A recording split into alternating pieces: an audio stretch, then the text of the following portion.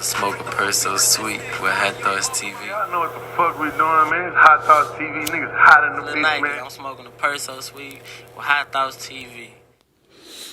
Before we had got started, we was talking about old school music. So, like, what was y'all's music taste growing up?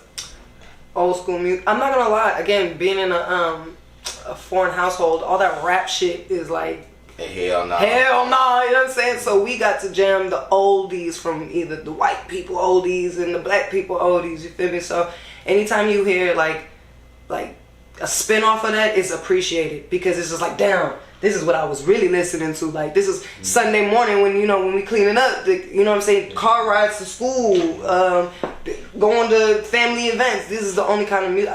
The only music we could listen to, because rap music was a no-go. It was like devil music. I only had Spanish music.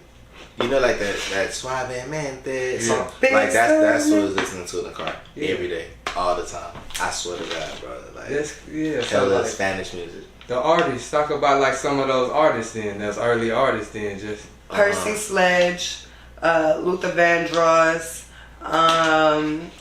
Isley Brothers, who else? There's tons. Damn,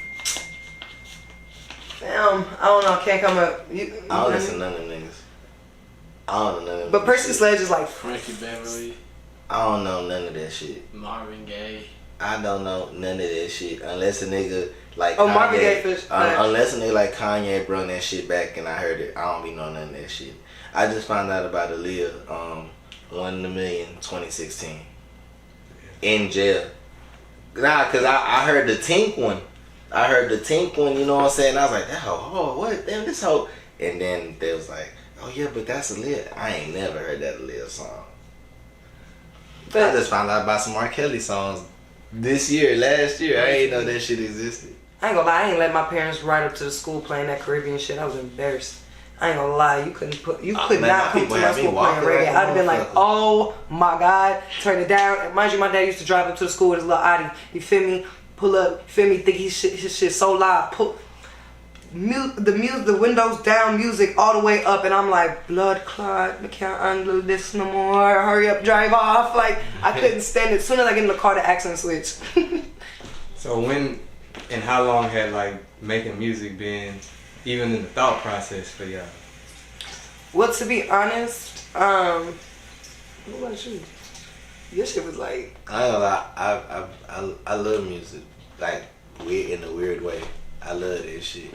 A song I could like that hoe because of one ad lib, because it dropped in the perfect time. You know what I'm talking about? Yeah. Or how 50 Cent used to, you know how he dropped that boy in a certain part, and it's like, man, that nigga, you that hoe, like, you feel me? Like, fool, like I love that shit.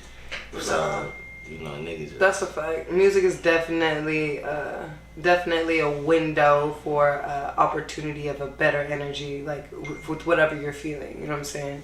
Whether you happy, sad, you can find a song for whatever. What's it called? You might not have the words in your head, but you'll find a song that make you. You know what I'm saying? Oh yeah, this is exactly what I'm feeling. You feel me? But for me, like I like music. Y'all, I've always liked music. But when I turned 18, 19, I moved to LA. And when I got to LA, in 3 months I was thrown into like the entertainment world. Like I was doing music videos and shit like that. I found myself around a lot of people who made music, both male and females, going to like certain events, you know what I'm saying? And so it just made sense. I played around with Mickey Monday. He was on Love and Hip Hop. In the studio with him, he produced a song for me or whatever. And, you know, he even got on it or whatever. But it just wasn't the sound for me, you know what I'm saying? Like, fuck with that, man. So if you, I'm gonna post it. So if you see that shit, you know what I'm saying? But I just left it alone after that. I'm the type of person, man, if I pick something up and I'm like, man, I don't like this shit, I'll put that shit down. Like, you know what I'm saying? I'll go to some other shit that I'm good at. But when I randomly called him one day, I randomly called him on like June 8th, right? And I'm like, man, bro, I got this beat and I got this song. Don't laugh, right?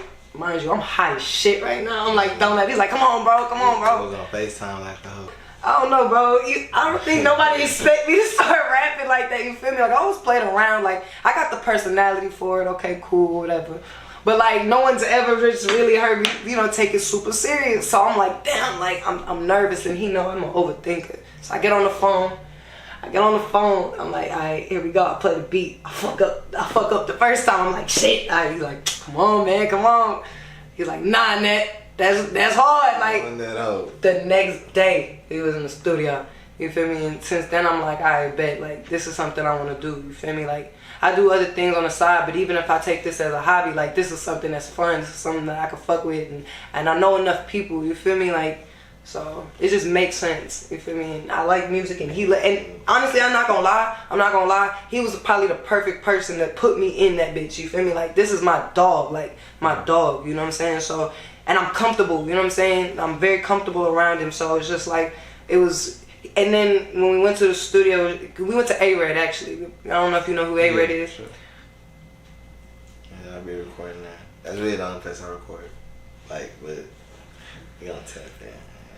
Yeah, A-Red is staple in the city though. Yeah, for sure. So we was at A-Red, you feel me, studio, and then we just did it. And then a week later, we got OP Films. We got OP Films, you feel me, to film the video or whatever. We used Playhouse, Sean's Pink Playhouse, to do the video, the set and everything. Everything, I'm not gonna lie, everything was right. We did it the right way, like for my first time. I ain't never know the name of that shit. Yeah. Like everybody was asking me like, hey, what's the name of that shit? I'm like, this that house where all the bitches be at. The house that got all the rooms in it. I swear to God, I didn't know what that shit is called. Yeah.